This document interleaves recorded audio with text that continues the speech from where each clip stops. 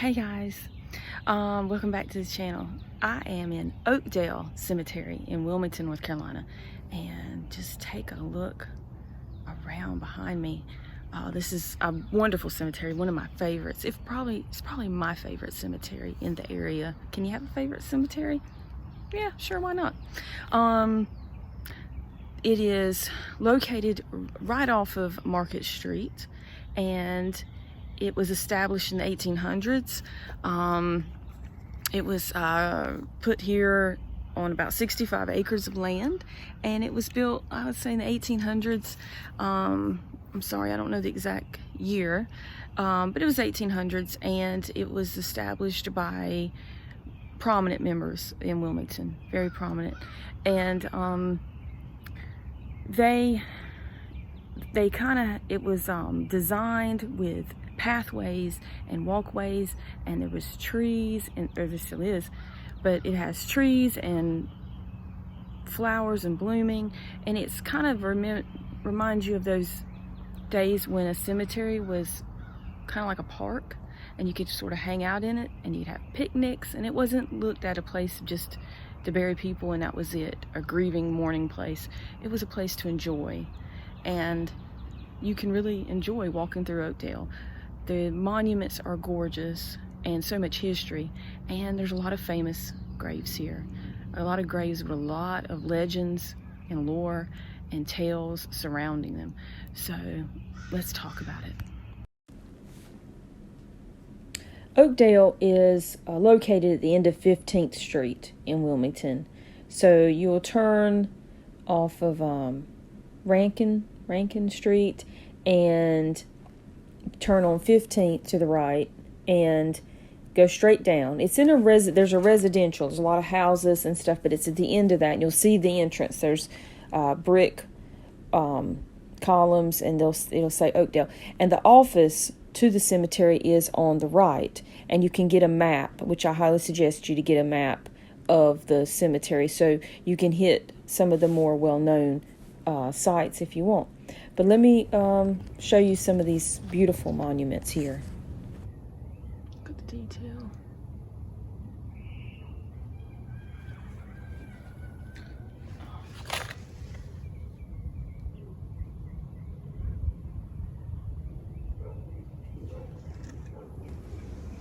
As you walk through Oakdale, you often see monuments like this. There's not uncommon.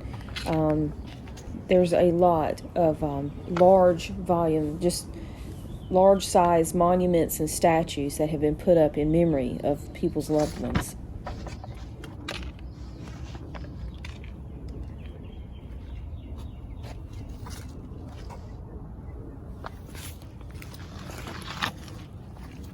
Look back here. I will lift up mine eyes unto the hills, from whence cometh my help. My help cometh even from the Lord, who hath made heaven and earth. He will not suffer thy foot to be moved. And he that the monument that I want to show you guys, and the story I want to tell you guys today, is about a Captain William Ellerbrock. And this is a monument that was placed in Oakdale in 1881. And it was put there in memory of Captain Ellerbrock and his dog, his faithful companion named Boss. Now, the story that goes along with why this monument was put there is a very interesting, tragic story, a true story, of course, verified by newspaper clippings and historical records. Back in April 11th, 1880, there was a fire. There was a fire in Wilmington, and it started at the corner of Front and Dock Street. And it started in this store that was owned by a man named Ahrens and his partner, and it had been used as like an ice house where they store some frozen goods that they sold. And he was renting out part of the store, the building, part of it to a company. I want to say it was called Preston Cummings and Company, and they were selling hay and grain. And they believe, as they as much as they can know, that the fire started there, and that's where it was started, and it took over. And what had happened was, two African American barbers had gotten off work, and this was Saturday, early, about 12:30 at night, early morning, and they were walking down the street, and they were going home. They were probably pretty tired, and they heard this noise, and they weren't sure if it was the wind or what it was, and it was like crackling. And so they kind of investigated. They were like, what is that? And they start looking, and they discovered the fire. And they were familiar and knew that the building beside it, which was, the bottom floor was a grocery store being run by a Mr. Rush. The top part of that building was a apartment, and it was a dwelling for a family by the last name of Solomon. It was his wife and him and his wife named Bertha, and their children. And so, because they knew, these two barbers, they knew that this family was upstairs asleep, they started banging on the windows and the doors, and they were like, hey, please wake up, and they're doing their best to wake them up. And luckily it worked, and the wife woke up, and she alerted her husband that there was a fire. By this point, the smoke and the flames were coming into where they lived, and they barely got out with their lives. They lost everything. Now, so the fire, like fires were back then and still can be today, it was quick to spread. And it spread over to a Mr. Peck's hardware store. Okay, so he had a lot of stuff in it. He had all kinds of things, very expensive merchandise, and he had ammo and guns. Now, there were fire brigades or, volunteer fire departments in Wilmington at this time. There was different names for them. There was a bucket company, a C.M. Stedman bucket company that was mentioned in some of the news articles, but I don't find that they responded. I can't find in the articles that they were at the scene putting out the fire, but they were in the area. And the one that is most mentioned that responded in helping put this fire out was the Wilmington Hook and Ladder number 1. So they called the fire brigades, and they come and responded, and they're putting it out, and they're doing their best, but it's so terrible. And so Mr. Peck and a lot of volunteer people around were helping him get stuff out of the store and salvage what he could and save. So they're running into the store that's getting ready to fall in and collapse, and they're trying to get out what they can. So this is where Captain William Ellerbrock comes in, and his dog. Okay. Now in this section, you see those over there, right there. Those are, we're not going to walk over there, but those are baby graves.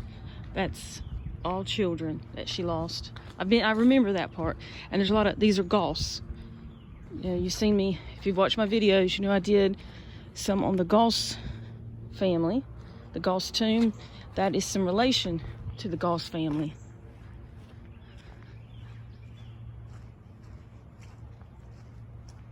That's one of the biggest statues in here.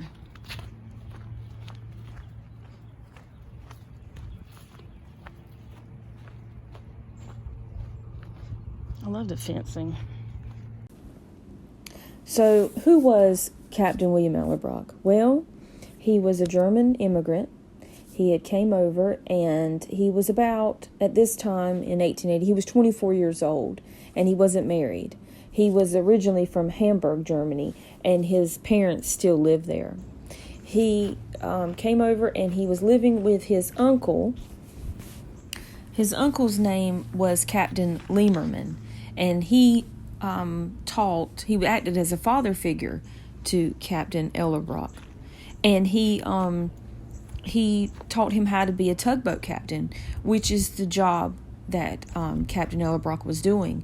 He was very young, but he was doing a good job, and he was held in pretty high esteem in Wilmington. He was very well thought of, as evidenced by what they done for him after he died. It kind of opens up around here, a lot of roads. Look at these stones, though. Just look at this. Meet me in heaven. I have to stop and look at this. Look at that. See, just absolutely beautiful. And now we have all these really boring memorial stones now. They all look alike. These are absolutely gorgeous. And I don't know why these are turned all cattywampus. I don't understand. Maybe they're supposed to have been footstones.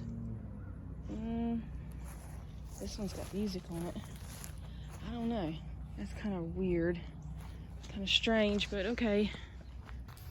Okay, so this is the Hebrew part of the cemetery.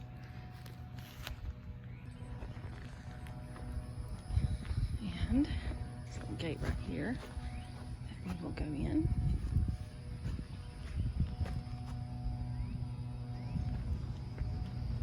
Oh, wow.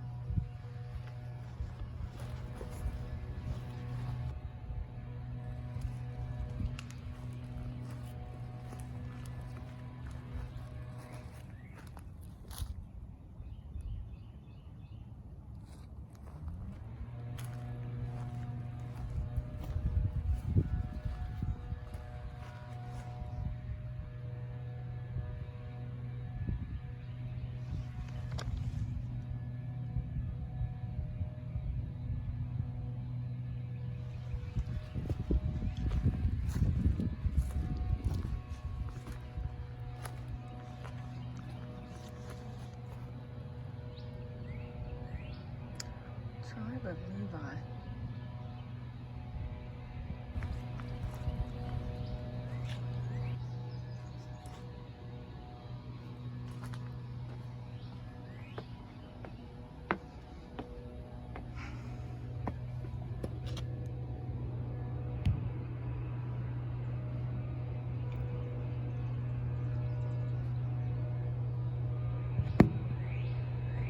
So Ellerbrock had been living in Wilmington for about 7 or 8 years, as reported in the newspaper. And he's living with his uncle, and he's down on, I want to say Princess Street, I believe is where he was living. So, and he had a dog that was his faithful companion, and he never was seen anywhere without his dog. And his dog's name was Boss. Now, we can't completely confirm what kind of dog Boss was, or even if the dog was a female or a male. We're not even sure about that part. I have seen in newspaper reports that it was a Newfoundland dog. But those reports that I have found that say that came up long time after this occurrence, after this incident happened, and they were published in 1935. I do not know how anyone would know that far later, in the future. I don't know. But as far as the modern the stories that were published at the time that the fire happened and everything was going on, no journalist reported. He only said that the dog was a large dog and that the dog was intelligent. So, and the dog's name was Boss. Now, we know that the dog was his faithful, constant companion. So, from what we can understand, is Ellerbrock, for whatever reason, he was in the area when this fire happened. Whether he was out doing something else or if he heard about it and came to their aid, regardless, he was there. And when Mr. Peck's hardware store started to burn and people were running in to try and save the things and the merchandise, he responded as well. And he ran in with them and tried to help. Someone is reported that held Boss. Because if he went in, they knew the Boss would go with him. So someone was holding Boss by the collar to keep him from following his owner in. And so the walls are falling down. Things are getting pretty bad, and they're getting out as much property as they can. But it got to the point where the beams and the ceiling were giving way and the walls were falling in, and they had to get out if they were going to survive. So he didn't get out, and there's reports that he was yelling help and calling, and they imagine that Boss heard his owner.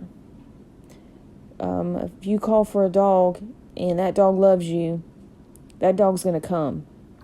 Nothing's going to stop that dog from getting to you. And that was the case with Boss.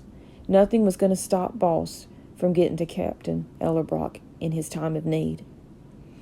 So, I'm not sure why, but they thought everyone had gotten out. I imagine there was a lot of chaos and confusion, and people were probably, just overwhelmed and grief-stricken by the loss of property, and just how awful everything was, and they didn't realize that Captain Ellerbrock didn't make it out. So it wasn't until the next day, till that Sunday, that his uncle had fixed breakfast and come down and realized that Captain Ellerbrock wasn't in his room, and he didn't appear at breakfast, and so it became uneasy. So Captain Lieberman went out into the neighborhood, and he started looking for his nephew. And I imagine he was asking people, have you seen him?